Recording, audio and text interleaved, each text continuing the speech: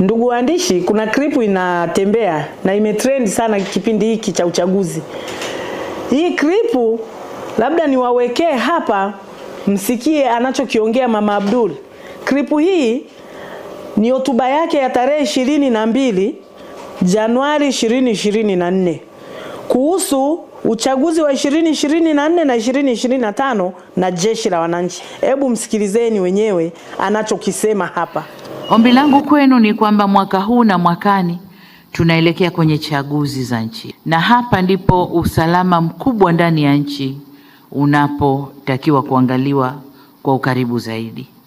Kwa niwaombe sana Jeshi la Wananchi wa Tanzania kwenye kamandi zenu tofauti kujipanga kwa ajili hii, sababu tuko wengi, ni chaguzi ambazo zinashirikisha vyama vingi vyenye nia tofauti. Hatuoni kwamba kila kitu kitakwenda kama kilivyopangwa. Kwa ni vyema tukakaa tayari kukabiliana na chochote kile kitakachojitokeza. Sasa huyu ndio kiongozi wa nchi tuliyemtegemea. Yeye ni amiri jeshi mkuu. Anaanza kuiweka nchi kwenye tension kwamba uchaguzi ni vita. Uchaguzi ni vita kivipi? Tumekuwa tukifanya chaguzi tangu vyama vingi vimeingia 1995.